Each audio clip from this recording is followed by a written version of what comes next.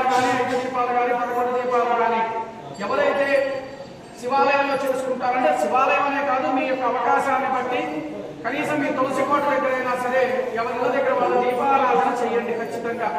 మార్గశిర మాసము అంటే లక్ష్మీ అమ్మవారికి చాలా ప్రీతికరమైనది కనుక మార్గశిర పాఠ్యం కాబట్టి రేపు మధ్యాహ్నానికి పాఠ్యం మొదలవుతుంది, ఎల్లుండి మధ్యాహ్నం దాకా ఉంటుంది కాబట్టి పోలీస్ వర్గానికి పంపించిన సోమవారం అవుతుంది. రేపు మార్గశిర మాసం ప్రారంభం కాబట్టి శివాలయంలో వెలిస్తే విశేషమైన ఫలితము, తులసికోట దగ్గర వచ్చినా కూడా ఫలితమే ఉంటుంది కనుక ఎవరి అవకాశాన్ని బట్టి వాళ్ళు చక్కగా దీపారాధన మాత్రం ఖచ్చితంగా చేసుకోండి తల్లి. ఈ రోజుతో కార్తీక మాసం యొక్క కార్యక్రమం పరిపూర్ణమైపోయింది. గ్రామాభిషేకంతో ఈ రోజుతో కార్తీక మాసం